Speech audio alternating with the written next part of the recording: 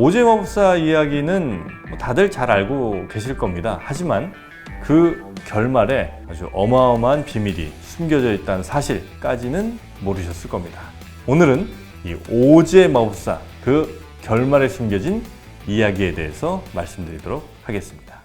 네, 오즈의 마법사는 잘 알고 계시듯이 도로시라는 어떻게 보면 좀 부모님이 없는 이 고아 여주인공이 양부모와 함께 캔자스에서 살다가 어떤 거대한 회오리 바람에 휩싸여서 이상한 마법의 나라로 가게 되고 수많은 여행 끝에 다시 집에 돌아온다, 이런 얘기인 거죠. 결국 주인공이 어떤 여행을 떠나게 되고 다시 원래의 위치로 돌아오게 되는 그런 이야기입니다. 네, 이런 이야기는요, 신화학자죠, 조지프 캠벨이 말한 영웅이 집을 떠나고 모험을 겪게 되고 다시 돌아오게 되는 굉장히 단순한 이런 구조를 갖고 있습니다. 헐리우드 영화 같은 데서도요, 자주 이용이 되고 또 활용이 되는 그런 이야기 구조를 갖고 있는 셈이죠. 집으로 돌아가야 되는 도로시, 이 도로시는요, 뇌가 없는 허수아비, 그리고 심장이 없는 양철 나무꾼, 또 용기가 없는 이 사자를 만나서 함께 여행을 하게 되죠. 도로시와 이 세 친구들은 각자의 소원을 이루기 위해서 이 위대한 마법사가 있는 에메랄드 시로 향하게 됩니다. 위대한 마법사 오즈로부터 임무를 부여받게 되죠. 사악한 서쪽 마녀를 해치고 와라. 그러면 너희의 소원을 들어주겠다. 이런 말을 듣게 됩니다. 우여곡절 끝에 서쪽 마녀를 물리치고 다시 에메랄드시로 돌아오게 됩니다. 오즈에게 소원을 들어달라, 이렇게 얘기를 하지만 오즈는 어떤 이유에서인지 소원을 우물쭈물하면서 들어주지 않게 되죠. 그러다 우연히 이 도로시의 강아지죠, 토토가 궁전 안에 있는 휘장 하나를 물어 뜯게 되는데 그 뒤에 위대한 마법사 오즈로 알고 있던 늙은 노인 하나를 만나게 됩니다. 네, 오즈라는 마법사는요, 사실 네브라스카 오마하에서 태어난 복화술사인데 이 서커스 공연을 하다가 이 기구를 타고 우연히 또 이곳으로 오게 된 겁니다. 사람들이 자신을 위대한 마법사로 오해를 하게 됐고 그게 그냥 이어지면서 마법사로 쭉 살아왔던 것이죠. 하지만 나름의 방법으로 도로시와 그 일행들을 돕게 됩니다. 예를 들면 허수아비에게는 너는 매일 배우고 있으니까 뇌가 필요 없어 라고 얘기를 하면서 머리 밀집을 새로 채워주죠.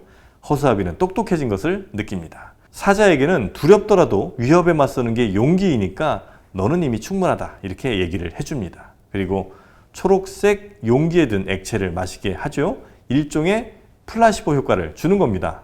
양철 나무꾼에게는 사람들 대다수는 심장이 있어서 불행하지, 이렇게 얘기하고는 주머니에 톱밥을 채워서 만든 심장을 넣어줍니다.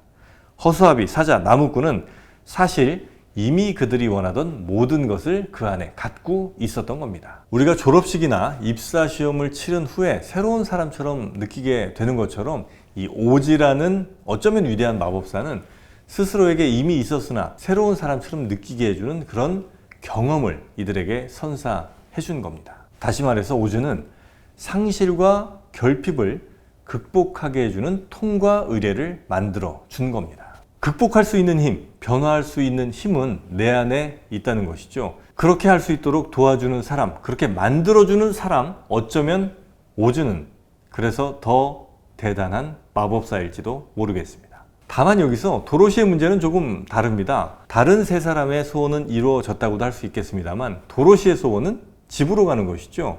이 기구를 띄워서 오즈와 함께 돌아가려고 하는데 토토가 튀어나가 버립니다. 그리고 그 와중에 기구는 올라가 버리죠. 오즈는 혼자 기구를 타고 집으로 가버리죠. 결국 도로시는 남쪽 마녀의 성으로 향하게 됩니다. 그곳에서 처음 동쪽 마녀에게서 얻었던 은색 구두가 집으로 돌아갈 힘을 갖고 있다는 것을 알게 되죠. 도로시 역시 본인이 갖고 싶었던 것을 친구들과 마찬가지로 이미 갖고 있었던 겁니다. 어쩌면 첫날 집으로 돌아갈 수 있었던 도로시, 왜 그러지 못했던 것일까요? 사실 도로시는 어린 시절에 부모님을 잃게 된 결핍을 가진 아이입니다. 그러니 도로시의 눈에 모든 것들은 잿빛이었겠죠. 19세기까지 많은 아이들이 죽음, 폭력, 욕설, 음주의 세계에 그대로 노출되었었죠. 이 풀조차 죽어있는 황폐한 평원, 칠이 벗겨진 우중충한 집, 고단한 삶에 지친 양부모. 그렇기에 도로시는 영화에서 오버 더 레인보우를 부르면서 걱정이 레몬사탕처럼 녹아버리는 곳, 또 파랑새들이 날아다니는 그곳을 그립니다. 이처럼 모험을 하기 전 도로시는 이 오즈의 마법사처럼 자신에게 무언가를 가져다줄 그 마법을 기대했는지도 모르겠습니다. 하지만 바라던 구원자는 이 마법사가 아닌 사기꾼이었고 오즈는 그대로 혼자 날아가 버립니다. 이 구원의 도구는 무지개 너머에 있는 것이 아니라 바로 자기 안에 있는 것이었습니다. 그걸 깨닫는 것이 도로시의 모험, 아니 모든 모험의 의미인 것입니다.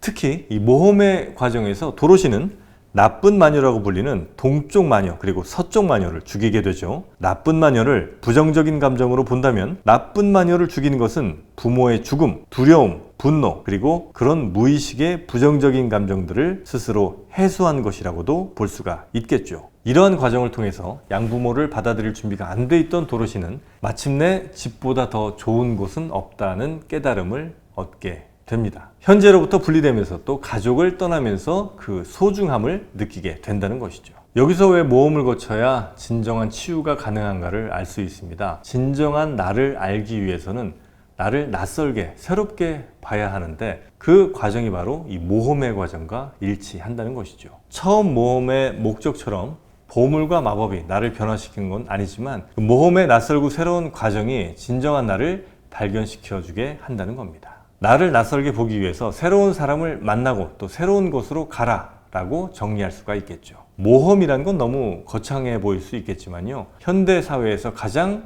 모험적인, 가장 낯선 이 문학을 통해서 나를 변화시킬 수 있다는 겁니다. 처음 말씀드렸던 것처럼 집을 떠나고 모험을 겪게 되고 다시 집으로 돌아오는 과정이 모든 영웅 이야기의 기본 서사 구조인 이유도 알 수 있을 것 같습니다.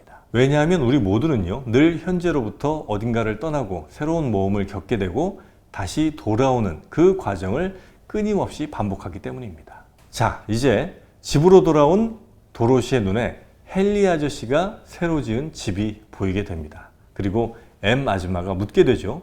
어디 있다가 이렇게 돌아온 것이냐. 그러자 도로시는 집으로 돌아와 얼마나 기쁜지 모른다고 답을 합니다. 상상력이 돌아온 도로시에게 이 잿빛 캔자스는 완전히 다르게 보입니다. 녹색 그리고 생명력이 가득한 무지개 너머의 세상이 열린 것이죠. 자, 캔자스가 회색빛에서 생명력이 넘치는 녹색으로 바뀐 것처럼 우리도 두려움을 확신으로, 절망을 희망으로, 그리고 이기심을 동정심으로 바꿔볼 수 있지는 않을까요?